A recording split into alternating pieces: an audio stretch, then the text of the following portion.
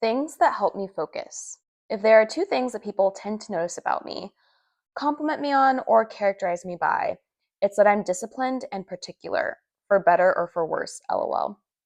To some, that might not be a compliment, and I can definitely go overboard at times, but my drive to accomplish things can be strong.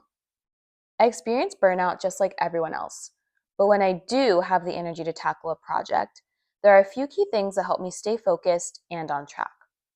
This by no means is a this works for me, so this will work for you kind of post. This is a me just sharing what works for me. Maybe it will work for you. Maybe it will inspire you to think of other tactics, search the web for ideas, or ask friends what helps them. Or maybe you think this post just isn't giving, and that's okay. So, without further ado, here are some productivity tactics that help me to accomplish my goals and to do list. A list of productivity tactics, YouTube videos that mimic the action I want to take, inspiration, and help me focus, planner, planner, planner. Write it down, manageable and realistic chunks. Think about what's at risk if you continue to delay. And just start, even just 5 to 10 minutes.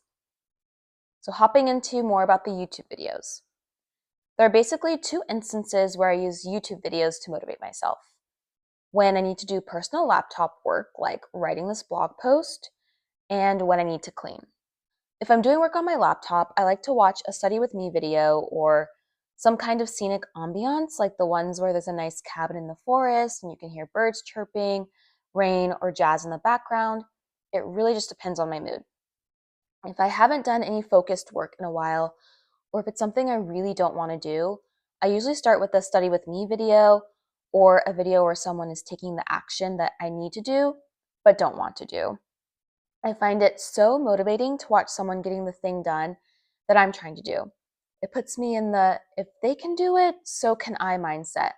All I have to do is get started. More on this further down.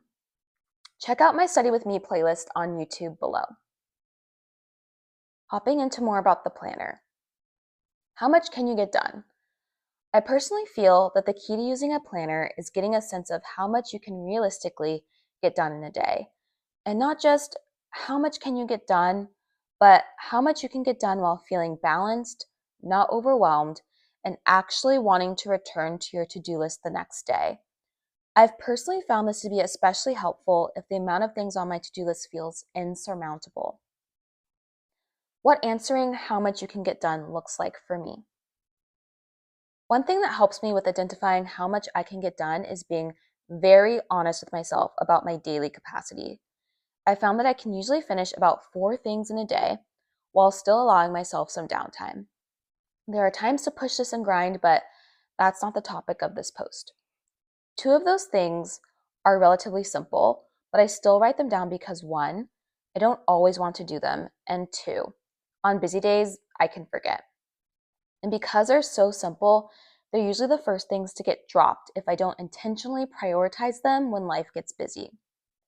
Those 2 things are stretching and taking my vitamins. I won't get into my love of having stretching as a part of my routine too much here. Maybe I'll write another blog post about this. But regardless, even though these 2 things are small, they're important to me to be consistent with. So including them in my planner helps me ensure they don't quietly get pushed aside and suddenly turn into things I haven't done in months. After stretching and supplements are added to the list, I typically only have capacity for 2 other things. Sometimes those are things that move me closer to my personal goals, like working on my blog or exercising. But other times, there are things I simply have to do and definitely do not want to do, like grocery shopping, returns, laundry, cleaning, etc. I'm getting stressed just writing this out. Note to self, write a post on the woes of adulting. Anyways, what I'm trying to say is that while I would love for my planner to only be filled with things that help me move towards my goals, it's not realistic or helpful to myself to do so. I like to visually see what's going to take up my time so that I can weigh if I actually have time and energy to accomplish other things. Planner characteristics. Lastly, there are a few planner traits that I find to be pretty helpful. I like when a planner is spiral bound so that today's to do list is face up for me, always. I don't need to take an extra step or remember to open it. I glance at it and it's there in my face. I also love planners that have a month, week, day hierarchy. It allows me to brain dump everything I want to get done for the month, select the most pivotal items for the week, and further down select it to my day. I can kind of already feel that some may be thinking this is way too much. I can totally see that. Again, I'm just sharing what works for me. Don't feel pressured or overwhelmed to utilize any of these things. I genuinely enjoy planning, writing things down pen to paper, and just seeing how my small changes over time add up. Hopping into what happens if I don't get this done? Sometimes thinking about my goals and dreams and what happens if I don't take action towards them helps to inspire me. Going back to the YouTube thing, seeing others living their dreams because they weren't afraid to try or because they continue to try after failure is inspiring. If I don't start somewhere, or even just start at all, I'll never reach my goal. The least that I can do is try. Some days I won't feel like trying or putting in effort, but it's more so about not letting those days become the norm.